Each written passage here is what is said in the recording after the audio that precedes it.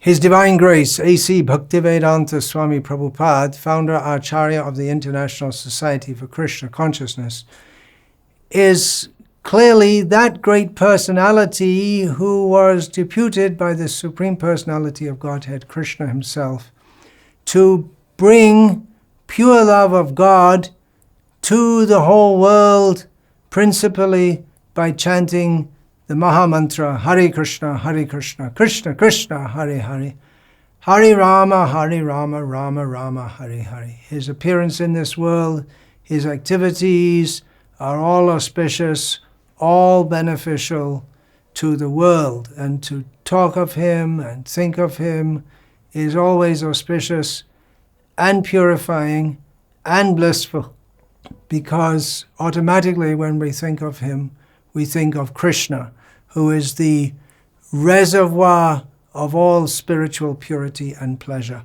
However, today I'm going to speak on a subject concerning Srila Prabhupada, which is horrific.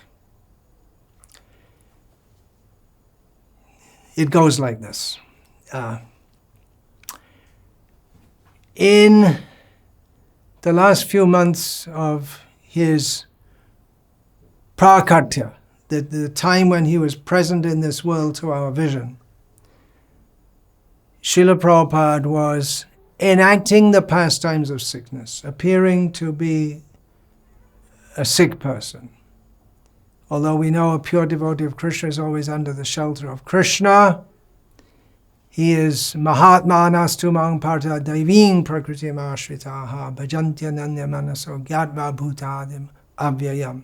In Bhagavad Gita, Lord Krishna describes that great souls, great devotees, they are under the shelter of Krishna's own internal spiritual potency. They're always fully engaged in Krishna's service, knowing him to be the origin of everything and inexhaustible. So this clearly describes Srila Prabhupada. But devotees, they may appear to undergo material existence like any other ordinary person, although they're never ordinary people. So Srila Prabhupada was lying on his bed in Vrindavan, and a lot of the talks with him were recorded, are available, are published in transcripts. And at one point, actually more than one point, there was discussion of the possibility of Srila Prabhupada being poisoned.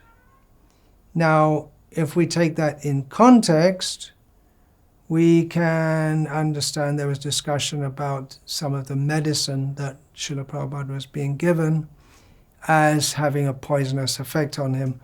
And in the course of that discussion, the Kaviraj, of one of the discussions, Kaviraj, the Ayurvedic doctor who was treating Srila Prabhupada, spoke in Hindi about Shankaracharya, a great spiritual teacher of several centuries ago, of how some of his followers had been suspicious of being poisoned, and there was some discussion along those lines.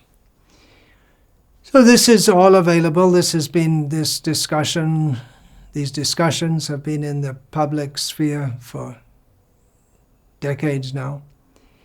In the late 1990s, the Hare Krishna movement was rocked by the publication of a book which claimed that Srila Prabhupada had passed away from this world due to being lethally, deliberately poisoned by certain of his disciples who were supposed to be taking care of him, who actually were taking care of him.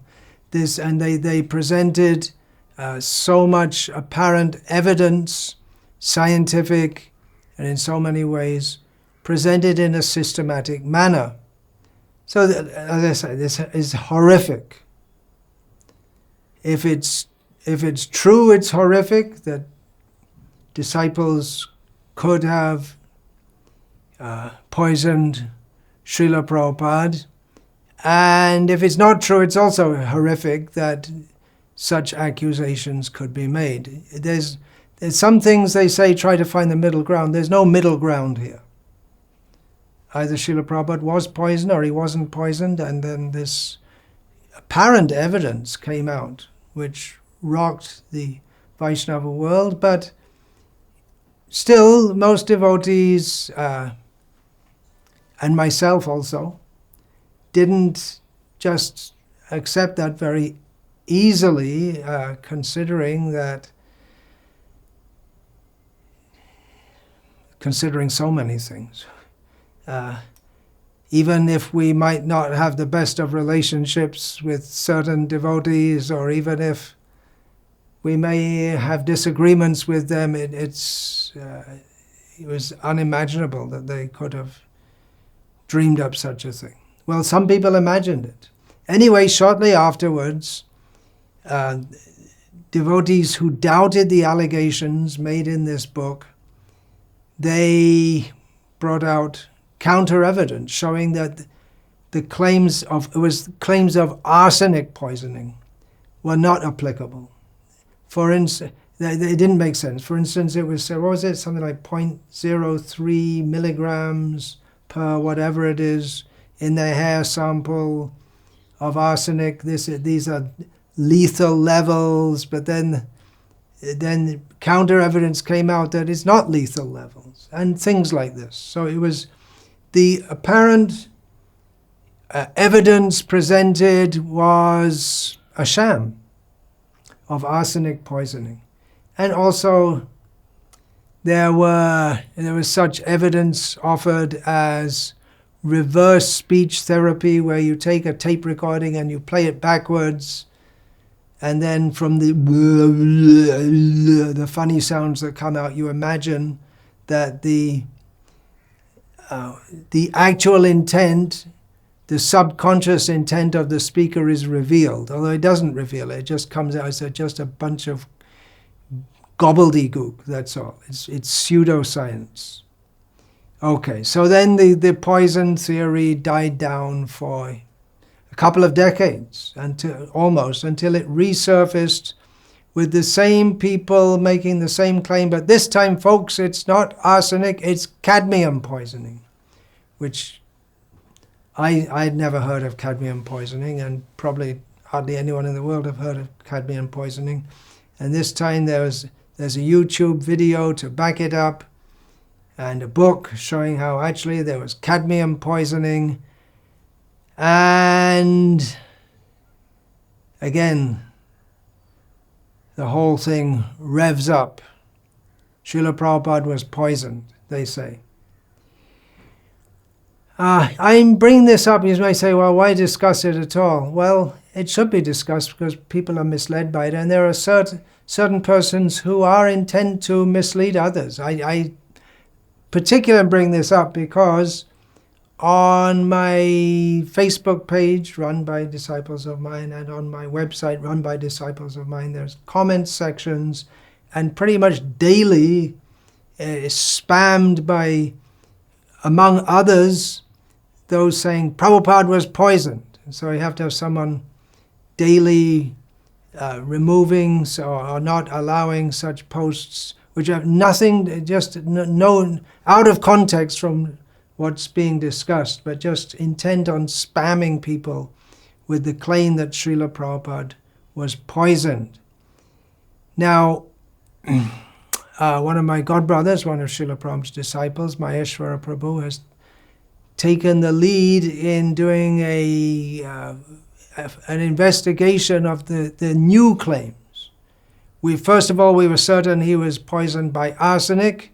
Oh, now that's disproved. Now we're certain he's poisoned by cadmium. So Mayesvara Prabhu took the lead in providing counter evidence, and he's also got a video out and a book in which, in great detail, he counters all the so-called claims and shows them of Srila Prabhupada being poisoned and shows them to be lies, deceptions, and at the very most, half-truths. And he is open, he's asking those who are promoting poison theory, as it's known, that debate with me, discuss. If you think I'm wrong, if you think I'm fudging it, let's discuss openly. No one's coming forward. He's asked devotees who subscribe to this theory,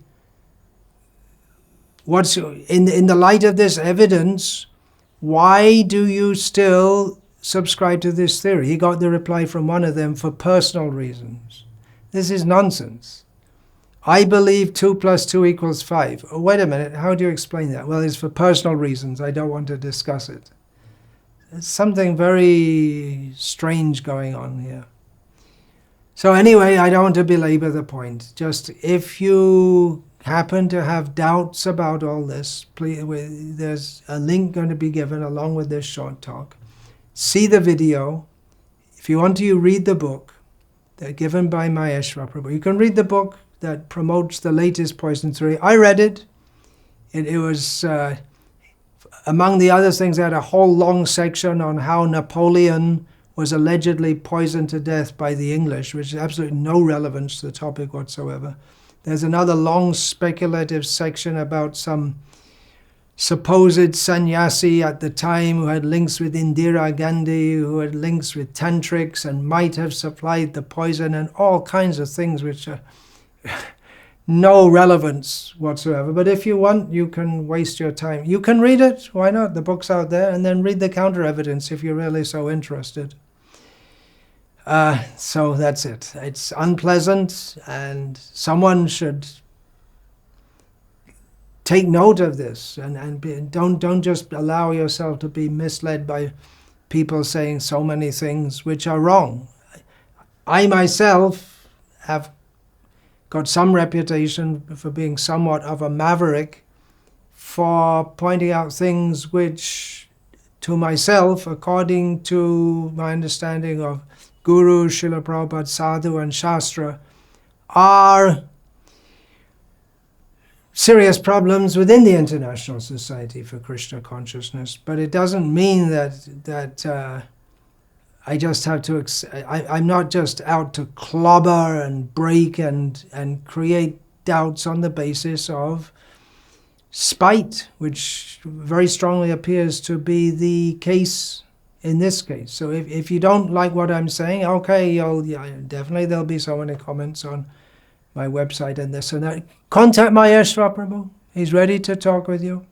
He knows all the stuff inside out. He'll do a public live debate if you want, if you're ready for that. Let's see.